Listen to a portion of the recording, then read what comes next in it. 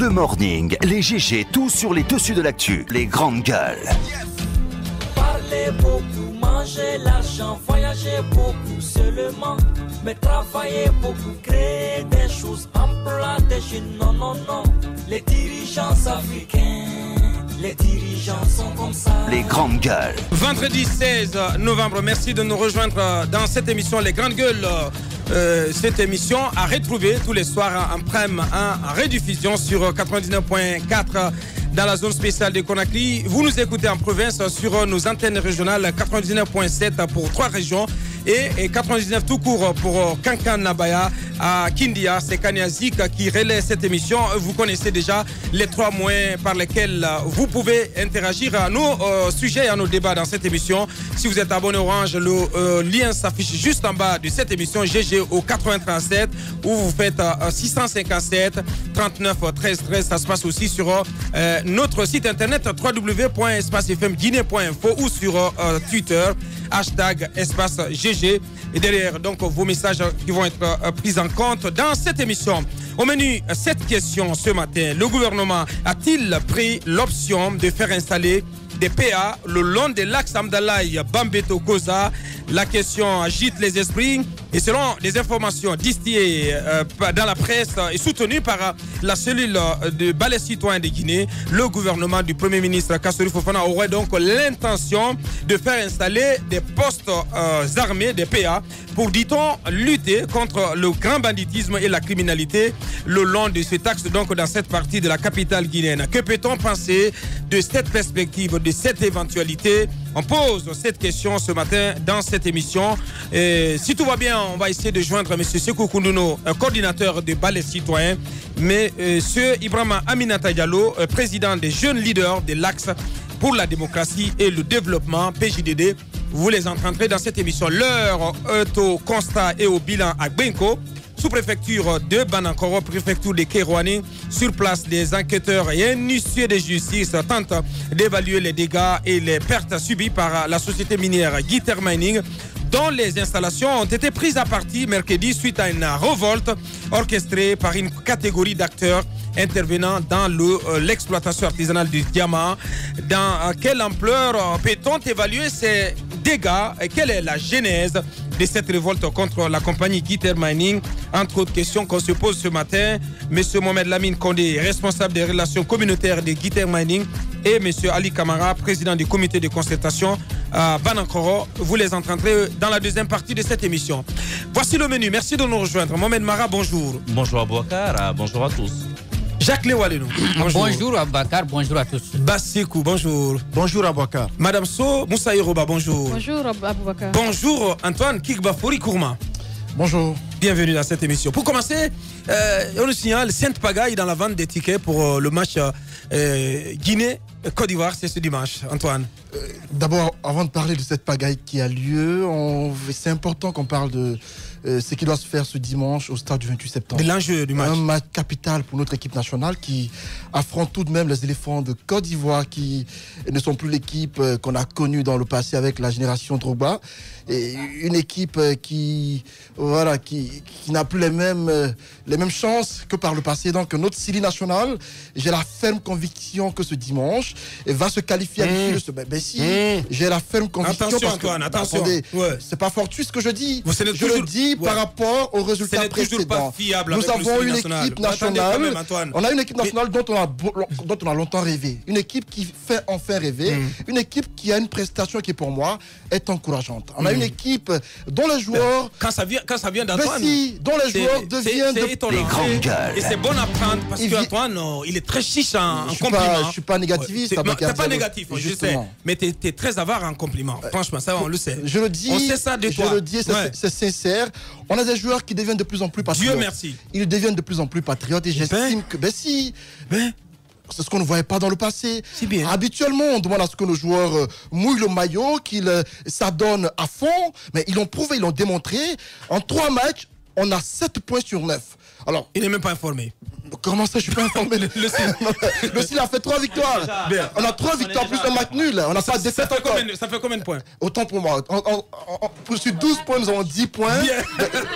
Finalement. Merci de me rebrancher. Bien. On a 10 points sur 12. Et pour moi, on n'a pas fait de défaites encore. C'est qui est encourageant. Parce que dans le passé, il y avait beaucoup de défaites que le Sili enregistrait. Si maintenant ça a changé, j'estime que c'est un acte à encourager. Et pour moi, nos joueurs. Mais il faut absolument obtenir un minimum de points. On va le faire. Un minimum on va le de faire. points. Le Sili a besoin d'un point pour aller au Cameroun. J'en suis convaincu parce qu'on a des leaders qu'on n'avait pas avant. On a des leaders comme Naby Keita Deco de Liverpool qui est là. On a des leaders comme Ibrahima Traoré s'il ne va pas jouer le match. On a d'autres leaders qui... Moussa Diawara. Voilà donc beaucoup... Qui s'intègrent peu à peu. Justement. Et donc, sincèrement, je leur dis félicitations et encouragement pour la suite. Bien. Maintenant, pour le cas de la vente des tickets, on nous apprend qu'il y a un seul... Je ne dis pas. Ça ne me surprendrait pas. Mais si, ça, oui, pas je ne dis pas félicitations. Oui, parce que. Quand même, il est trop dithyrambique ce matin vis-à-vis du Sili. Je reste encore sur ma fin parce qu'au regard de la dernière prestation du Sili national. Oui, attendez, s'il vous plaît. Je préfère que tu dises que tu restes prudent. Je reste prudent.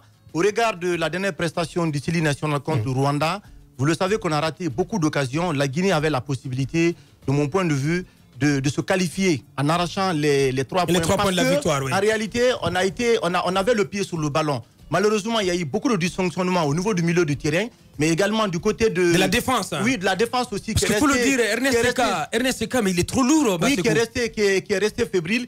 Il y a un certain Ernest qui est actuellement le numéro 9 du Sili national. Non, pas Ernest. Pas Ernest. Ok, je ne maîtrise pas bien son nom, mais qui a été assez percutant. Qui a fait beaucoup de déviations, mais ce jour-là, je vous assure que... Vous voulez parler de Kanté, Deco, oui, Kanté, il est suspendu, il est suspendu pour ce match. Ouais. Mais Naby Deco a été, de mon point de vue, transparent ce jour-là. C'est mon point de vue, il a été transparent. C'est le cas de Kamano. Kamano qu'on connaît dans le championnat de France. Oui, mais sincèrement, Kamano, 10 points et 10 buts. Il a le même nombre de buts en championnat de France, en Ligue 1 que Neymar. Mais il est totalement différent en équipe nationale. Quand même, permettez que je place ça. On ne peut pas résumer le parcours du Sili à travers un seul match. Non, on a fait 4 matchs. S'il y a un seul match dans lequel on a été transparent, on ne peut pas juger les joueurs par rapport à ça. Il y a 4 matchs dans lesquels on a été, à mon avis, très performants. Il faut les encourager par rapport au résumé, au bilan de ces matchs-là. Pas sur un seul match. Le Sili national, le Sili national, Antoine peut faire encore mieux. Je pense que Abouakar l'a dit, on n'a pas droit à une défaite. Et il faut au minimum arracher un point pour se qualifier pour comment on appelle la CAN qui arrive. C'est extrêmement important. Il faut que la défense soit une défense très solide et que nous ayons des attaquants qui soient suffisamment réalistes pour pouvoir arracher cette qualification-là. Bien, allez-y Mohamed. Il n'y a pas, apparemment, je suis étonné d'entendre vos analyses parce que habituellement, même des footballeurs, ces deux-là. Mais lorsque... Les grandes gueules. Non, pas Antoine. Non, même Antoine, attention. Bon. C'est mieux que toi, très moins, franchement. Un obscur footballeur. J'ai été capitaine de mon équipe, il faut le rappeler. Numéro 9 en plus. Un obscur footballeur. On parle sérieux là. Toi, tu as un passé assez obscur de footballeur. On connaît ça. Il faut aller demander... Non, il faut aller demander à Cancan quand même. Il faut aller demander à Cancan. On te dira... Qui j'ai été plus comme un champion. Mon nom de footballeur, c'était Luis Figo à l'époque. Je m'appelais Luis Figo. Footballeur, laisse tomber ça. Mais j'entends vos analyses, je rigole. Parce que vous ne connaissez pas la tradition du Sili national. Un Sili qui s'appuierait sur une défense, d'accord, une défense solide, ensuite, et que les attaquants soient réalistes, ça, c'est pas notre Sili, ça. Voilà. Donc, il faudrait quand même connaître les caractéristiques de chacune de nos équipes pour comprendre comment ça fonctionne. Le Sili, aujourd'hui, au contraire, il faudrait faire en sorte que le Sili retrouve la complicité qui a marqué ses attaquants ces derniers mois, notamment devant. J'ai l'impression que depuis que Traoré a été réinjecté dans l'équipe, il y a un souci. Il y a un problème de coordination aujourd'hui. Non, attention. Non, mais je vous ai fait cette remarque au cours de 2 matchs. Ouais. Vous avez l'impression... Tu n'as pas jeté toute la faute quand même sur Traoré. Non, mais attention. Est-ce que vous avez écouté ce que je dis? J'ai dit qu'il y a un problème de coordination. Okay. C'est très important. Vous avez eu ce problème, genre par exemple, entre Mbappé, Neymar et Cavani. Parce que tout simplement, il y en a 2 qui s'entendent mieux, qui techniquement s'entendent bien, mais qui est seul, le 3e. Ce qu'on a constaté, on a remarqué aujourd'hui que Deco et Kamano s'entendent parfaitement bien, mais on a vu au cours des 2 derniers matchs que Ibou est isolé. Il est isolé. Et là, ça fait que notre front d'attaque est quelque part pêche. Ça peut faire penser à des petits clans au sein du groupe. Justement, il y a un second problème qu'on constate tout de suite. C'est l'individualisme à outrance. Parfois, chez nos attaquants et même chez nos milieux, parfois. Et ça, à mon avis, c'est le sempiternel problème du Sili. Il nous faut une équipe. On a de très bonnes individualités. Mais si M. Put parvenait quand même à faire en sorte que ces jeunes-là jouent ensemble, moi, je pense qu'ils sont bons. Bien. Je pense que l'équipe de Côte d'Ivoire actuelle que nous avons est en construction et qu'elle est largement à la portée. Non, je suis pas sûr. Je le crois. Les grands gars. Elle est à la portée. Non, attendez quand même. Les éléphants, l'équipe qui a joué. Vous avez vu l'équipe à Boaké. L'équipe qui a joué à Boaké, elle est totalement différente de celle qu'on connaît aujourd'hui. Attention, Mohamed. J'en conviens, mais j'ai vu aussi cette équipe où j'ai vu cette équipe en Centrafrique. Je les ai vus en face de la RCA. Donc je sais également d'où je tire mon analyse. Je dis que le Sili dans ses meilleurs jours, qui aurait une très bonne coordination sur le front d'attaque et un peu plus de réalisme, je pense que cette équipe de Côte d'Ivoire, arrêtez d'être des prophètes de malheur. Je n'ai pas l'habitude d'encenser cette équipe-là, mais pour une fois, on a une équipe qui commence à avoir un semblant de fond de jeu. Encourageons-les à aller de l'avant. Et je vais terminer en disant aux forces de l'ordre, ce que vous avez fait lors du dernier match, pour l'amour de Dieu, ne le faites pas. Parce que si vous faites pleurer encore aujourd'hui les usagers de la route, si les gens pleurent dans les embouteillages pendant 3 heures, 4 heures autour du stade, ça, ce n'est pas bon pour notre équipe non plus. Permettez à ces gens-là, à tout le monde aujourd'hui, de rentrer à temps à la maison et que chacun puisse soutenir le Sili, soit au stade, soit à domicile. Mais pour l'amour de Dieu, pardon, vos plans de circulation là, l'emporte-pièce, repensez ça avant le match. Un mot tout de même sur la pagaille qui a été dénoncée par beaucoup de citoyens, en tout cas dans le cadre de la vente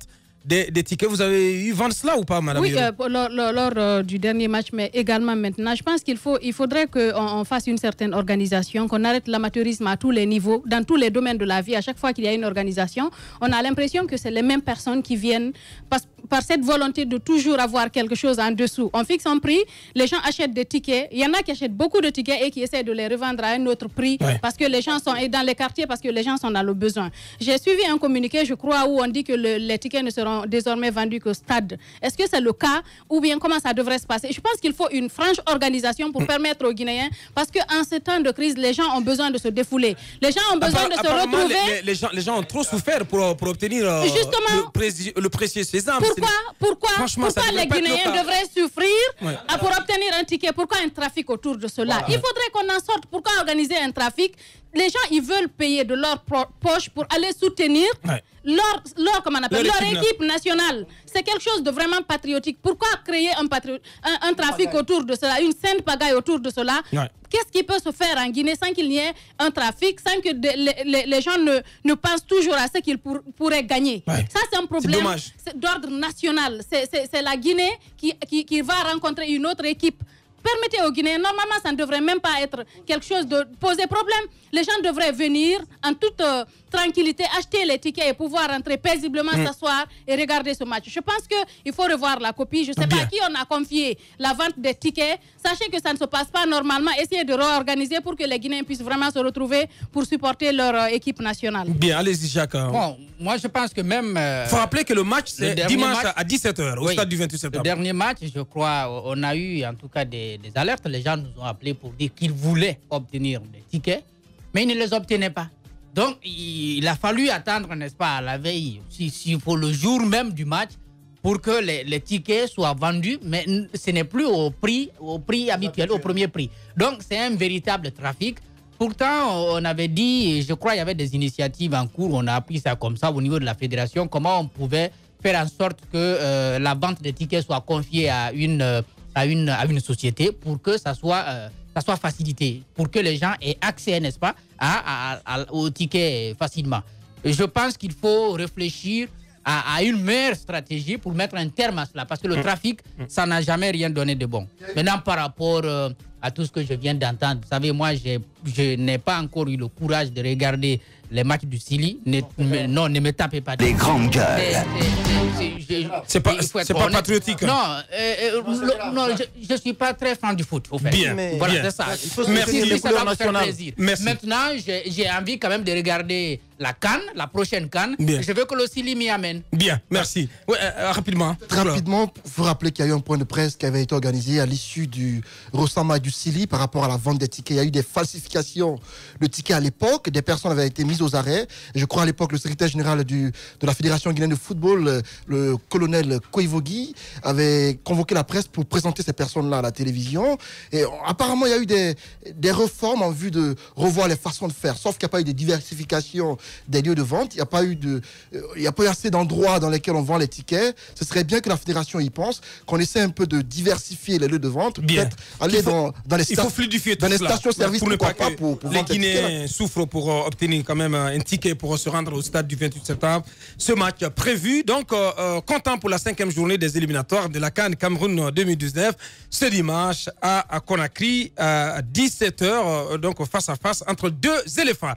Bon, Mohamed Mara, l'installation prévue des exécutifs communaux de Conakry, et ça devrait démarrer ce vendredi par 3 communes à Printemps, plutôt Kaloum, Matam et Dixine. Le président Alpha Condé qui s'est rendu hier chez Mamadou Silla. Mais une question qu'on a envie de se poser, quid de la gestion financière des équipes sortantes, Mohamed? C'est la question, moi, que je me pose. Et j'ai commencé à éplucher les comptes de quelques communes. Bon, je vais commencer par la mienne, rapidement, puisque solidarité bien ordonnée commence par soi-même. Mais je pense qu'il est important, non seulement nous, l'équipe des GG, mais aussi les médias commencent à s'intéresser. Parce que, écoutez, nous passons tout notre temps à parler politique. Or, c'est ce qui a un impact sur notre vie au quotidien. Pourquoi les ordures ne sont pas collectées chez moi? Pourquoi est-ce que les marchés ne sont pas assainis? Pourquoi est-ce que nos demoiselles sont obligées de garder leurs besoins sur elles pendant toute une journée parce qu'il n'y a pas de toilettes publiques? Non. Écoutez, entre guillemets, c'est pas du tout voilà, c'est pas de la discrimination. Pas du tout. Voilà, ce que je dis, c'est très sérieux. Parce que vous savez que les hommes, non, généralement les hommes, pourquoi je le dis? Parce que les hommes se soulagent n'importe où. Voilà, c'est pourquoi je le dis. Et les femmes sont plus discrètes alors qu'elles ont plus besoin d'hygiène. Alors pourquoi toutes ces questions-là, pourquoi nos ruelles dans les quartiers sont défoncées? Il est important de savoir. Et pourquoi les salles de classe ne sont pas suffisantes? C'est très important.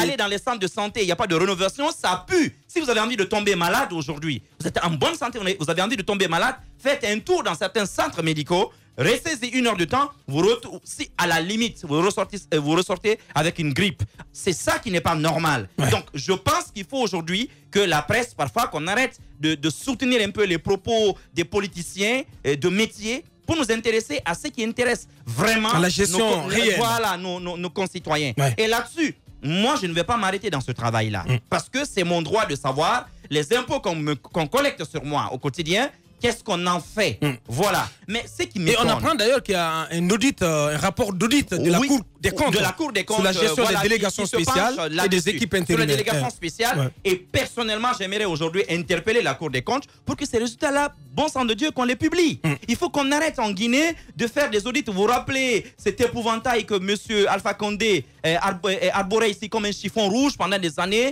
Je vais publier les résultats des audits. Des audits que nous-mêmes dans la presse qu'on avait commencé à éplucher ici un temps dans l'espace d'expression, mais que le président n'a jamais osé publier, alors qu'il aurait pu à l'époque assainir complètement l'administration publique et aujourd'hui il aurait eu une meilleure gestion. Il ne l'a jamais fait. Il faut apprendre à publier. C'est comme au CNT. Il faut apprendre à parler plus. Parce que la plupart de nos cadres aujourd'hui sont surveillés de près par le CENTIF. Aujourd'hui, la plupart des banques en Guinée sont interpellées par des banques étrangères par rapport à certains mouvements suspects. C'est une réalité. Les grandes gueules. Il faut apprendre à mettre sur la place publique. La reddition des comptes doit commencer par là. Quelques chiffres aujourd'hui, avant les chiffres, ce qui m'étonne, c'est quand je vois le professeur Alpha Condé. Et je le disais ici vendredi dernier, cela a heurté certains. Mais pendant que des familles sont endeuillées, pendant que le tissu social... Pendant qu'hier on tirait sur des jeunes également. Lui, on le voit sur des photos. Il est en joie. Tout joyeux. Il va rendre visite à un vieil ami. Tout ça pour parler de quoi? De mairie. Mais bon sang de Dieu. Mairie. Pour parler de mère, c'est pour des mères que des Guinéens sont en train de tomber. La soif inextinguible des hommes politiques. C'est incroyable. C'est incroyable. Mais il y a quel mal en cela? Attendez, non, il y a quel mal en cela? Non. Tous ceux qui ont les faut pas insulter la conscience des gens. Non, s'il vous plaît. S'il vous plaît, parce que moi, de mon point de vue, on est aujourd'hui dans une bataille politique pour pouvoir remporter les mairies. On appelle ça ne va pas se taire. Du président. Attends, il faut le laisser. Non, l'année du président n'est pas normal. Non, s'il te plaît, Antoine. Écoutez, s'il vous plaît. Bien. Si on doit taper sur le président Alpha Condé, je pense qu'on le fasse pas parce que hier, il s'est déplacé pour aller chez Mamadou Sylla, le président de l'UDG, je crois bien, mais qui veut aujourd'hui, en tout cas, aider le président Alpha Condé, le RDC, à avoir la mairie de Dixine. Je pense que cette démarche, c'est une démarche. Attendez, s'il vous plaît. Cette démarche, de mon point de vue, moi, il y a d'autres leaders politiques également qui font des déplacements. Ce qu'on peut reprocher au président Alpha Condé, peut-être, c'est du fait qu'il y a eu des tueries en Guinée et que... Attendez, s'il vous plaît. Attendez, c'est ce qu'il dit. Oui, attendez. On reproche au chef de l'État de ne pas être trop préoccupé par la situation. De ne pas être préoccupé par la situation. Non, attendez, le président va la ligue. Attendez, Antoine. S'il te plaît, soyons concrets. Oui, on est concret, Antoine. On ne peut pas soutenir un président qui, en pleine crise, va saluer un leader politique. Je n'ai pas dit que je le soutiens. Je n'ai pas dit que je suis en train de le soutenir. Bien. Non, je n'ai pas dit que je suis en train de le soutenir, Antoine. Je ne suis pas en train de soutenir le président Alpha Condé, loin de tout ça. Mais tout simplement, je veux dire que le fait pour le président Alpha Condé de se déplacer pour aller rencontrer le président de l'UDG, de mon point de vue, c'est de bonne guerre parce qu'aujourd'hui, il y a une bataille politique qui est engagée pour pouvoir remporter. Oui, c'est ton point de vue, on le respecte. Voilà, c'est ton point de vue, on le respecte. Bien, on le respecte. Allez-y, pour clore. Vous savez le problème? Oui. Le problème, je ne veux pas m'en prendre à Bassikou, je ne veux pas que vous voyez ça comme ça, mais justement c'est parce que nous Guinéens, nous continuons de penser comme ça, que nous ne parvenons pas à discipliner les pouvoirs publics, que nous ne parvenons pas à discipliner ceux qui nous gèrent dans ce pays. Nous avons cessé d'être exigeants. Ce n'est pas normal. Nous ne pouvons pas trouver des propos pour dédouaner le chef de l'État quand il se comporte comme il est en train de le faire. Je suis désolé pour cela. On va les sous les chiffres. Ratoma, je prends là simplement le compte administratif annuel, simplement de la commune de Ratoma pour l'exercice 2016 seulement, où il y a un gap de plus d'1 milliard de nos francs. Sur de l'argent de 2 milliards, il y a plus de 44% des montants qu'on ne peut pas justifier.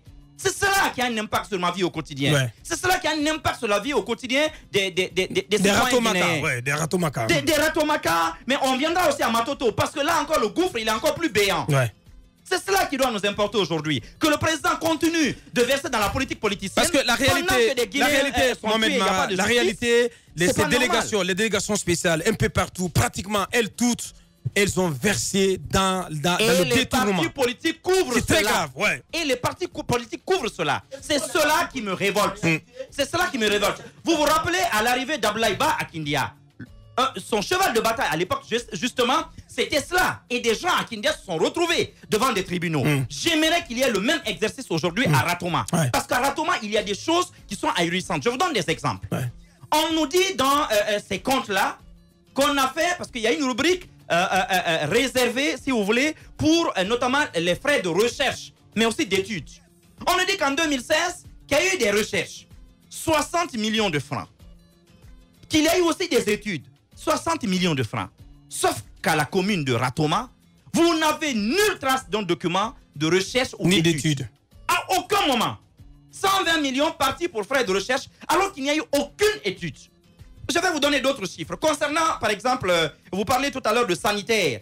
Ils n'ont construit aucun centre de santé, ils n'ont rénové aucun centre de santé, mais on nous dit qu'ils ont utilisé 156 millions de nos francs en 2016. C'est ça qui nous chiffonne. Ensuite, on nous dit qu'ils ont construit des salles de classe. Parce que la rubrique est réservée à cela. 136 millions 262 000 francs guinéens. Ça n'a jamais, il n'y a pas une seule salle de classe qui soit sortie de terre dans la commune de Ratoma pendant cette période-là. C'est cela. Moi, c'est sur des choses comme ça que j'aimerais aujourd'hui que la presse s'interroge. On éduque nos populations à demander des comptes à ceux qui reçoivent notre argent. Si nous sommes tolérants vis-à-vis des gens que nous élisons, comme des maires et des députés, voilà pourquoi nous ne sommes même pas exigeants avec des ministres qui s'empiffrent en millions de dollars. Et la perspective aujourd'hui, c'est que le président sortant de la délégation spéciale de Ratoma pourrait être reconduit avec toute cette gestion catastrophique. Personne ne lui posera la question. Les travaux des voies et réseaux, 24 850 000 francs. Ce qui est bizarre, ça c'est dans les dépenses notamment d'investissement. Mais qu'est-ce qu'on fait? On fait un double emploi. Le même montant revient notamment dans les dépenses de fonctionnement, où on prévoit encore les mêmes dépenses et donc double montant, 57 millions de nos francs, partis comme ça. On ne peut pas justifier. Non seulement ces travaux n'ont pas eu lieu, mais qu'est-ce qu'on fait? Il y a les doubles emplois. Vous savez, c'est la méthode d'ailleurs qu'on utilise au niveau de l'administration publique dans la loi des finances d'ailleurs. C'est la méthode. Apparemment, c'est en train maintenant de gagner aussi les communes. Moi, je vais interpeller les citoyens. D'abord de Ratoma. Mais surtout Mohamed Mara, les partis politiques. Les grandes gueules. Non, d'abord, vous ne pouvez pas continuer à couvrir. Non, moi, mon problème, c'est les citoyens. Les partis politiques sont des associations politiques qui ont leurs intérêts. Je n'arrête jamais de dire que les partis politiques ont des intérêts souvent opposés à ceux des citoyens. Mais les citoyens doivent être organisés dans les communes. Il y a un exécutif communal, mais il faut qu'il y ait un corps communal aujourd'hui qui permette, par exemple, une fois par mois ou une fois par trimestre, de demander des comptes à ceux qui administrent non. Aujourd'hui, vous avez sur 2 milliards et quelques, vous avez aujourd'hui 1 milliard 91 millions 980 231 francs guinéens qu'on ne peut pas justifier dans les comptes de la commune de Ratoma, rien que l'exercice 2016. Ils vont plus loin. Alors que on nous apprend que c'est à peu près le même montant. Sur l'année 2017, justement. Sur l'année 2017, dans le rapport d'audit de la Cour des comptes. Mais ce qui m'a même tiqué dans tout ça, on invente un montant, on dit que c'est des arriérés. Donc, parce que les communes, par exemple à Fria, aujourd'hui, où on nous apprend qu'il y a plus de 800 millions, je crois, de dettes. 93 millions. 93, pardon, millions de dettes. Et sur quelle période? Quelques semaines. La le période moment où on a de déposé l'équipe les délégations intérimaire. spéciales et le moment où il y a eu les élections. Ça, c'est quelques semaines. 93 millions, on dit qu'ils sont endettés. À Ratoma, on dit non, qu'on a apuré des dettes. 20 il n'y a que 9 millions dans le compte de la mairie de Fria. De Fria. Alors qu'à Ratoma, c'est 20 millions qui apparaissent dans les comptes. Alors qu'en réalité, ces dettes ont été apurées quand la délégation est arrivée. Pourquoi ces 20 millions existent? Il y a des montants comme ça, c'est un scandale à tous les niveaux. Ouais. Je trouve que ce n'est pas normal. Les citoyens guinéens doivent être plus regardants. On a élu des maires dans la douleur. Ouais. Je pense qu'on ne peut plus se permettre ce qu'on a fait dans le passé. Ces élections nous ont coûté extrêmement cher, en vie humaine, en crise politique, en casse et en tout. Il faudrait qu'on soit plus exigeant cette fois-ci sur le travail de ces maires-là. Et que le président de la République arrête de s'impliquer dans tout ça. Franchement, dans tout ça, c'est pas normal. Bien. Merci Mohamed Mara. Allez-y, Madame Yoro, ça vous inspire quoi? Ça m'inspire quoi? Ça m'inspire le fait que dans ce pays, rien n'est respecté, on ne respecte pas la loi. Ouais. Si après la présidentielle de 2010, on avait décidé de faire les élections communales et d'installer des gens de façon légale, des gens que le peuple a désignés, tel qu'on l'a fait, même si aujourd'hui on ne pourrait même pas se réjouir. Pas du tout. Parce que nous avons voté, ils ont installé ceux qu'ils veulent. On peut appeler ça une victoire à la puriste. Justement, ils ont installé les gens qu'ils veulent. Si nous avions, au lieu de mettre ces présidents de délégation spéciale qu'ils ont installés à l'époque, on avait organisé l'élection. Nous, comment on appelle, nous installons des gens élus, nos élus, les élus du peuple, tels qu'on les appelle normalement, on ne serait pas à ce genre de choses. Vous prenez des gens sans aucune moralité, qui ne sont pas désignés, vous les installez là, justement parce que vous voulez vous partager les choses entre partis politiques. C'est dommage. Ce sont ces résultats-là qu'on obtient. Et vous allez vous en prendre à qui? À vous-même. Vous, les acteurs de la chose, vous qui avez décidé d'installer ces personnes, pratiquement, c'est une sorte de trahison des partis politiques à l'endroit du peuple. Justement, moi, c'est ce que je voudrais dire. Imaginez, le peuple de Guinée, je l'ai dit ici une fois dans ce studio, le peuple de Guinée est devenu passif. On ne demande pas de compte. Soumis.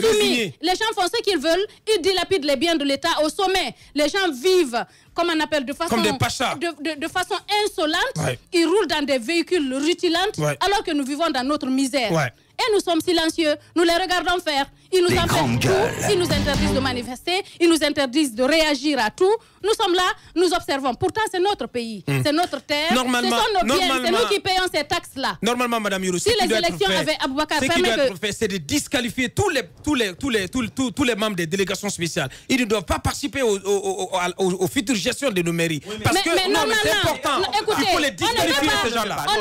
On ne peut pas. Légalement. À partir du moment où ils ne sont pas évincés directement à travers un audit, jugés et condamnés. On ne peut pas. Voilà. S'ils se présentent comme candidat à une élection, ce qu'on peut faire, c'est de voter. En toute honnêteté, le seul moi qui m'a séduit sur le plan de la gestion, c'est Ablaïba. Franchement. Ablaïba, c'est le meilleur. C'était le meilleur. Malheureusement, la politique politicienne a emporté le monsieur. Franchement, c'est dommage. Ablaïba, c'est le meilleur de tous. Et peut-être après lui, Macky Oussal, qui a aussi posé des actes de vrai cas. Je suis triste. Mais après, qu'est-ce qu'on fait pour ce pays? Ce qui fait mal dans ce pays, on tue l'élite. Les gens qui sont capables de faire quelque chose, on les met à l'écart, on prend des médiocres ou des gens qui sont à l'approche, à l'agonie, on les place là juste parce que les résultats ne comptent pas. Ouais. Les résultats ne comptent pas, les compétences ne comptent pas, ce sont ces affinités. Et tant qu'on agira ainsi, on ne s'en sortira pas. Dommage. C'est la conséquence de l'irrespect de la loi. Si on avait organisé les élections à temps, on ne serait pas à ce résultat-là. Merci, c'est vraiment dommage. Allez-y, Bassiko. La Guinée, c'est l'un des rares pays en Afrique où on fait la promotion de la médiocrité. C'est sûr. C'est important de préciser que j'ai parlé avec le maire ce matin. Parce que j'ai voulu l'interpeller sur ces choses. Quel maire? Le maire de Ratoma. Le président sortant de la délégation. Oui, bon, je l'appelle comme ça, monsieur le maire. Voilà. Monsieur Taran. J'ai voulu l'avoir ici à l'antenne. Mais il a dit vraiment qu'il est un peu malade, il ne peut pas. J'ai dit, bon, on fait l'interview comment on appelle ça, au téléphone, il n'a pas voulu. Il me renvoie vers le responsable des services financiers, qu'il appelle, d'ailleurs, il me met en attente. Il appelle le monsieur, il tombe d'accord. Et quand c'est mon tour d'appeler le monsieur, il ferme carrément son portable et lâche Barry. C'est dommage. Jusqu'à l'heure où nous sommes, il est injoignable. Il ferme carrément le téléphone. C'est dommage. Voilà. Ouais. Pourtant, ils doivent rendre des comptes. Pour continuer mon analyse, je pense que les partis politiques n'ont tiré aucun enseignement, aucune leçon de cette gestion catastrophique de nos délégations spéciales. Ouais. Encore que j'impute la responsabilité aux partis politiques, notamment le RPG et l'UFDG. Oui, je suis d'accord. Parce que ce sont les deux principales formations politiques qui nous ont mis dans ces arrangements. Ils veulent reconduire les mêmes. À Dixine, c'est M. Samba qui est positionné pour être maire, pour se succéder à lui-même. Tout comme à Ratoma, pour parler par exemple de l'UFDG. Ouais, qui nous ont mis dans ces compromissions-là. Je vais vous citer le cas de 2 ou 3 mairies aujourd'hui. Par exemple, si vous prenez le maire de Goké, de Zérékere ou encore de certaines communes rurales, ce sont des personnalités qui sont pratiquement au crépuscule, qui sont au soir de leur vie. Ouais.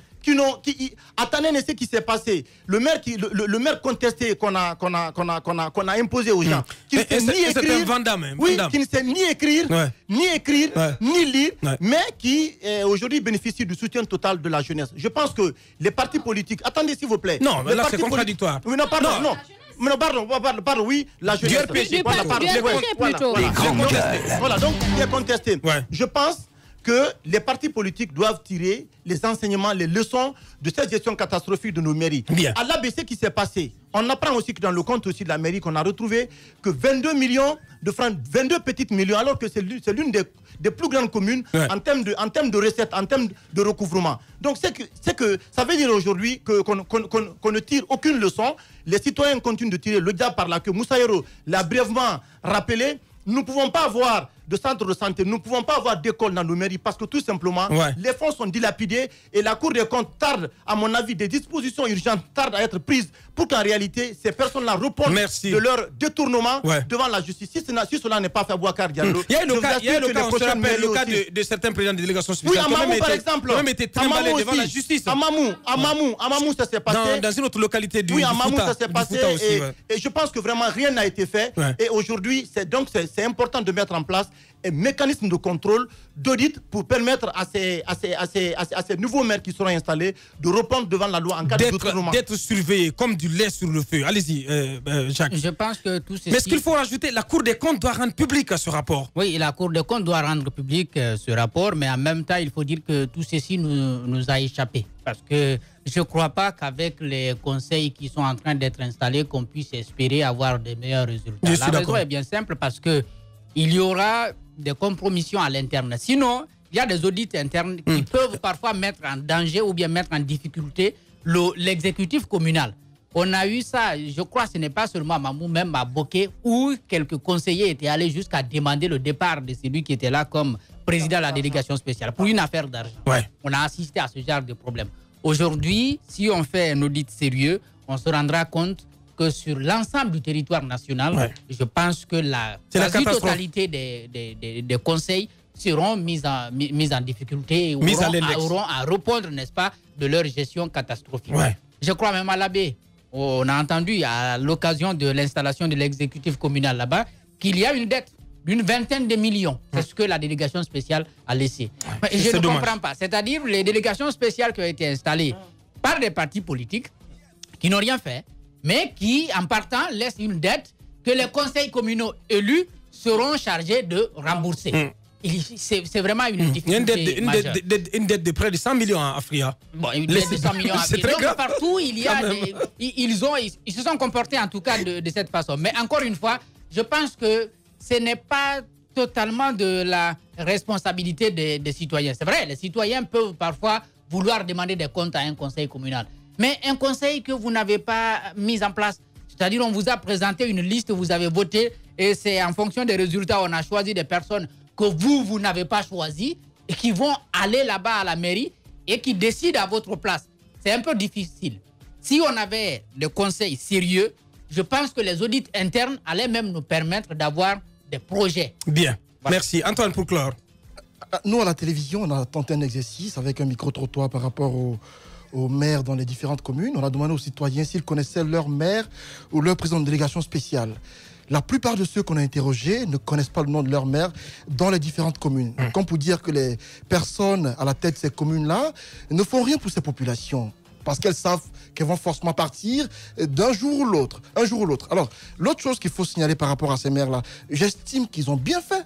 Ils ont bien fait parce que ça ressort de la responsabilité des partis politiques qui ont décidé de faire consensus pour mettre en place des délégations spéciales. Et donc, si leur mandat se comporte, les personnes mandataires, les mandataires se comportent de la sorte, j'estime que cela ressort de la responsabilité. Et la plupart des partis politiques, c'est leur bilan qui est exercé sur le terrain. Effectivement. Et j'estime que si à Matoto, c'est le RPG qui est à la tête de la commune, tout ce que fera commandant Keïta relève du bilan du RPG Arc-en-Ciel. Si à Ratoma, c'est Taran Diallo qui a dit que ce sera commandant. Attention. Non, je parle de la gestion antérieure. Voilà, aux affaires. Si à Ratoma, Taran Diallo a mal géré, c'est l'UFDG qui a mal géré parce que ce sont eux qui ont désigné Taran Diallo pour être à la mairie de Ratoma. Ainsi de suite pour la plupart des communes à travers le pays parce que c'est vraiment catastrophique, c'est révoltant. Bien. Parlant de la visite d'Alpha Condé chez moi, je veux insister là-dessus.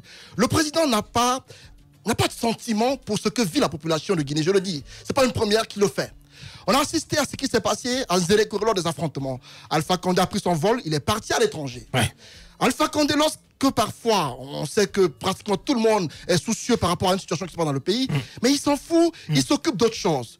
Mais on a été surpris qu'hier, alors qu'on parle de plus de 100 morts dans le pays, on entend que le chef de l'État se prononce sur la situation. Alors que deux jeunes venaient de se faire tirer dessus. On entend que le président s'adresse à son peuple. Et on est déjà à plus de 20 morts, rien que pour 2018, depuis le début de l'année. C'est dans les manifestations. Alors que la crise perdure et qu'on ne sait pas comment en sortir, qu'est-ce que fait le président?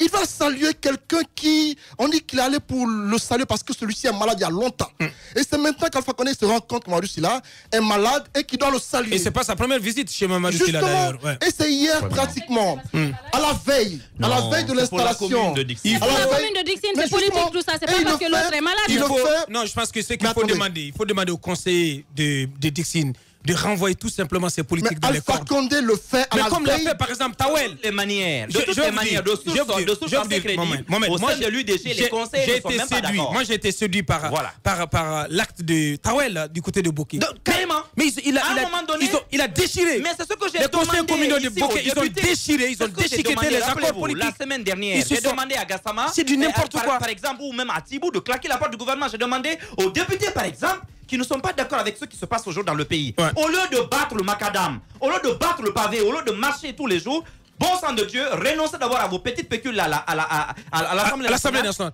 Mais ils sont pas prêts. Ils sont pas prêts de le faire, Mohamed. Ils sont pas prêts à le faire. Mais pourtant, il faut qu'ils soient cohérents. Il faut qu'ils soient cohérents. Pendant que nous autres sommes pénalisés au quotidien, on ne peut pas travailler, on observe par-ci par-là la ville morte ou on nous le fait observer de force.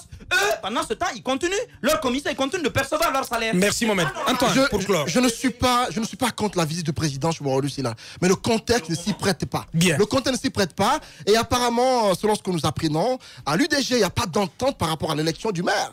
Le fils de Mamadou Sylla s'aligne sur la position. Apparemment, il dit qu'il veut être maire de la commune. Et de l'autre côté, Dembo Sylla, qui est avec Cellou Dalein Diallo, notamment avec l'UFDG, persiste en disant qu'il y a un accord politique entre l'UFDG et l'UDG. Et donc, l'UDG va soutenir l'accord entre l'UFDG et l'UDG. Honnêtement, moi j'apprécie M. Dembo Sylla parce qu'il est cohérent dans ce qu'il fait. Ce que nous apprenons, il est cohérent. Ce que nous apprenons de la visite d'Alpha Condé chez Mamadou Sylla, c'est qu'il aurait promis de rembourser une partie des dettes que lui doit l'État. Et si c'est le cas, je ne vois pas Mamadou Sylla en train de respecter un accord avec Cellou Dalein Diallo parce que celui-ci ne va pas lui payer autant de montants que lui doit l'État. Et donc, c'est une question d'intérêt. Et donc, quelques parties n'auront que leurs yeux pour pleurer. Merci. Et ce n'est pas gagné d'avance pour Aboubacar Souma Dixine.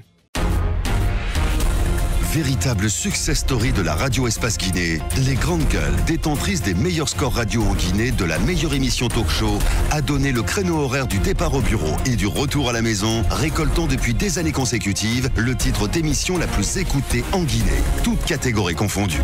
Un grand total de plus de 5 millions d'auditeurs ont été fidèles au talk show Les GG, diffusé jour après jour sur toutes les stations du réseau Adafo Média de 9h à 10h30, un exploit qui restera longtemps dans les annales de la bande FM en Guinée.